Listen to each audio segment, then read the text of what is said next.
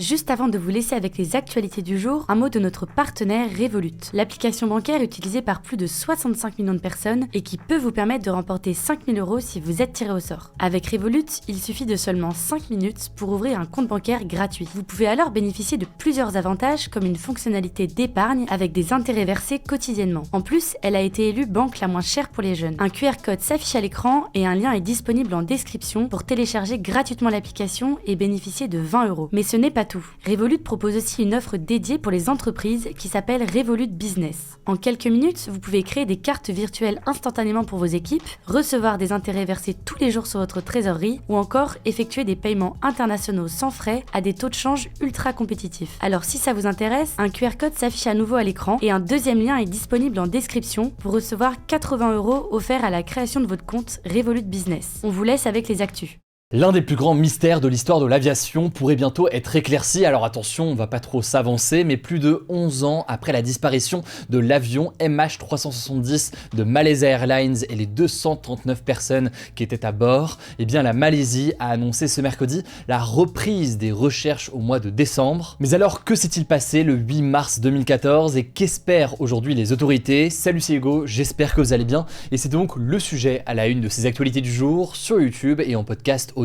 Il est minuit 41 le 8 mars 2014 quand un Boeing 777 décolle de Kuala Lumpur en Malaisie pour se rendre à Pékin en Chine. À 1h19, le pilote envoie son dernier message radio et ne mentionne aucun problème particulier, mais seulement 41 minutes après le décollage, vers 1h21, l'avion disparaît des radars, perd tout contact et ne donne plus aucun signe de vie. Depuis, l'appareil n'a jamais été retrouvé, tout comme les 239 personnes qui étaient à bord, dont 12 membres d'équipage et 227 passagers. Parmi eux, 153 Chinois, qui est la nationalité la plus représentée, une quarantaine de Malaisiens, mais aussi des passagers de 13 autres nationalités, dont 4 Français. Mais alors, que s'est-il réellement passé cette nuit-là? Eh bien, dans les jours qui suivent la disparition, des millions de personnes scrutent les images satellites dans l'espoir d'apercevoir une trace du Boeing. Plusieurs opérations de sauvetage sont alors lancées en mer de Chine méridionale. On parle donc ici de la mer entre la Malaisie et la Chine, là où l'appareil aurait dû se trouver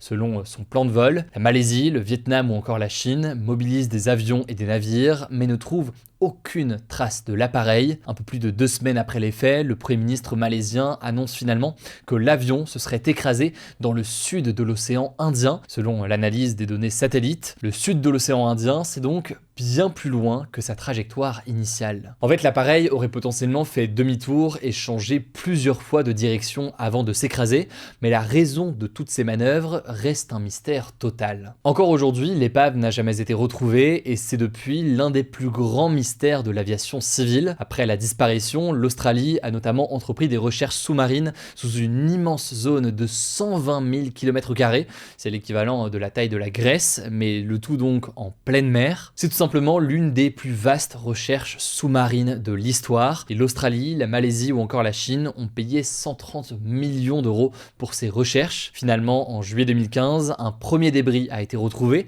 mais ce débris, il n'était pas entre la Malaisie et la Chine, puisqu'il a été retrouvé sur une plage de l'île de la Réunion. Plus précisément, il s'agit d'une partie de l'aile de l'avion qui n'était pas en position d'atterrissage et qui pourrait, selon certains spécialistes, suggérer un crash intentionnel de l'avion. On peut aussi noter qu'une vingtaine de débris potentiels vont aussi être découverts sur les côtes africaines et les îles de l'océan Indien, mais elles n'apportent pas de réponse définitive sur les circonstances du crash. Alors après 3 ans de recherche, l'opération s'arrête en 2017 sans retrouver la carcasse ni les boîtes noires. Les boîtes noires, c'est donc ces enregistreurs qui viennent stocker les données techniques du vol et enregistrer aussi les conversations dans le cockpit.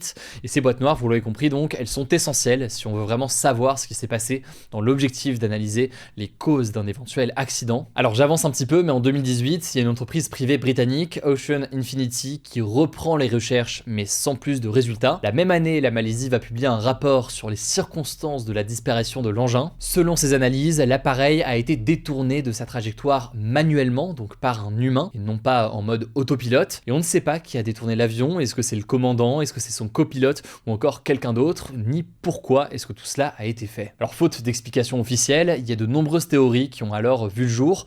On va pas toutes les voir et toutes les mentionner, parce qu'encore une fois c'est des hypothèses et ça à prendre avec beaucoup de prudence, mais il y a celle d'un potentiel suicide du pilote, il y a d'autres scénarios aussi qui sont moins plausibles selon les enquêteurs, mais qui ont été évoqués, comme le fait qu'un missile perdu ou volontaire aurait touché l'avion. Mais encore une fois, tout ça, ce n'est que des hypothèses, il n'y a absolument rien de confirmé, c'est là tout l'objet de la vidéo aujourd'hui. Et alors si on avance un petit peu, en mars 2025 déjà, l'entreprise Ocean Infinity, dont on a déjà parlé, avait relancé une nouvelle fois les recherches dans l'océan Indien avant de les stopper en avril à cause des conditions météo. Et donc ce mercredi, le ministère malaisien des Transports a officiellement annoncé que les recherches en eau profonde pour retrouver l'épave du vol reprendront le 30 décembre 2025, le tout dans une zone ciblée qui est jugée comme présentant la plus forte probabilité de localisation de l'avion. Alors maintenant, est-ce que l'avion pourra réellement être retrouvé? C'est évidemment un sujet extrêmement complexe. En fait, d'un côté, certains experts affirment que c'est peut-être plus probable aujourd'hui de retrouver l'avion, ou en tout cas ces derniers mois, parce qu'en près de 10 ans, les nouvelles technologies sont bien meilleures et donc on a potentiellement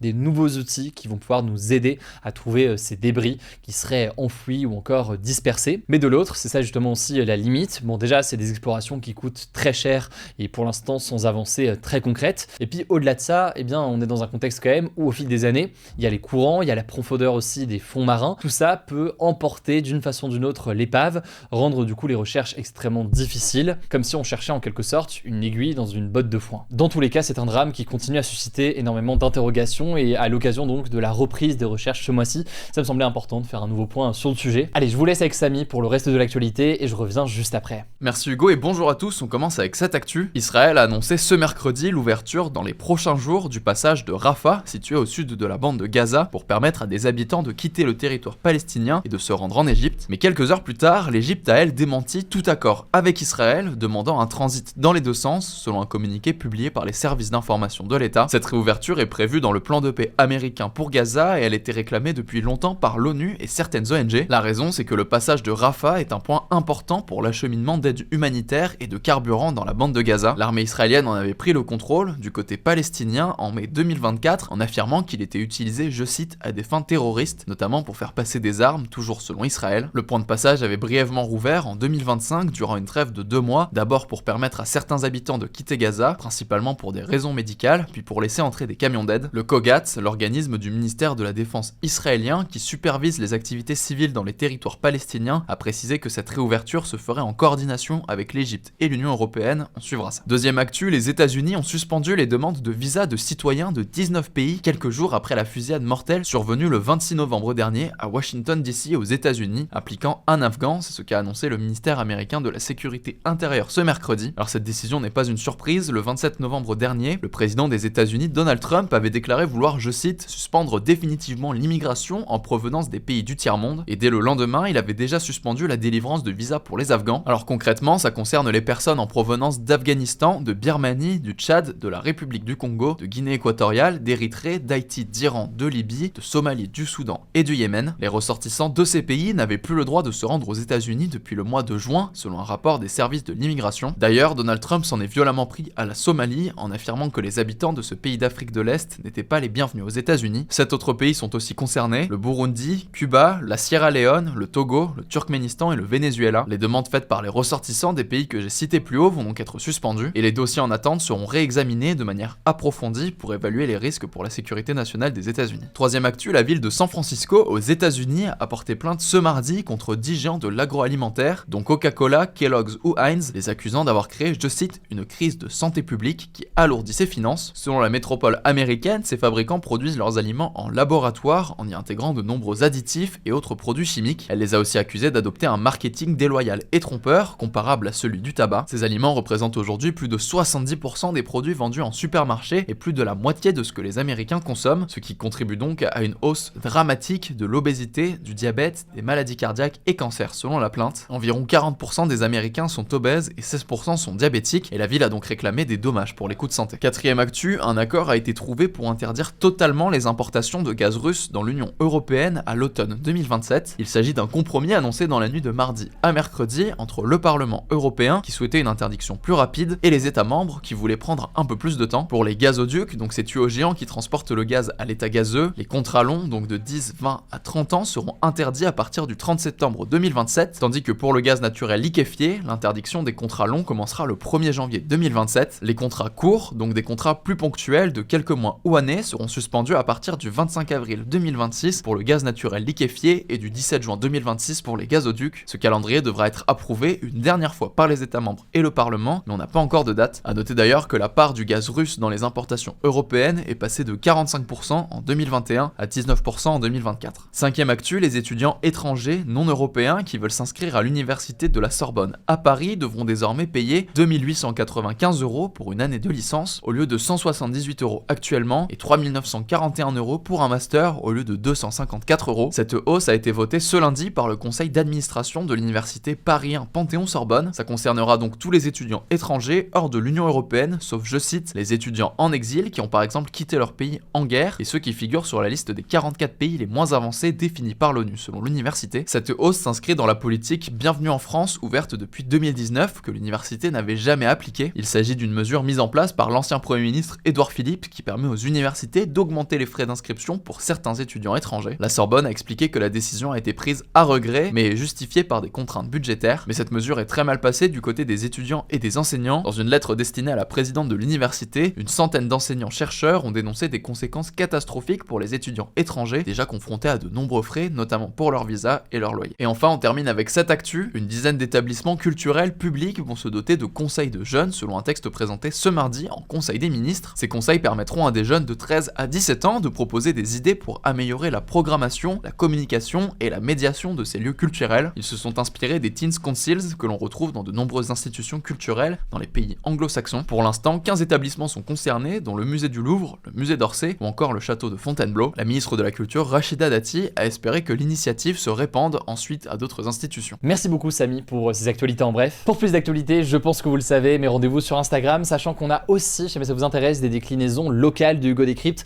à Marseille, à Lyon et au Québec. Tout ça, ça se passe sur Instagram. Vous tapez hugodécrypte.marseille, hugodécrypte.lyon ou hugodécrypte.québec pour pouvoir les retrouver. Merci au passage pour tous vos retours hier sur les actus du jour d'hier. J'ai pris le temps de lire vos premiers messages. N'hésitez pas, je vous ai d'autres suggestions pour continuer à améliorer ce format. Je prends le temps de lire tout ça cette semaine. Prenez soin de vous, prenez soin de vos proches et puis on se dit à demain pour une nouvelle vidéo.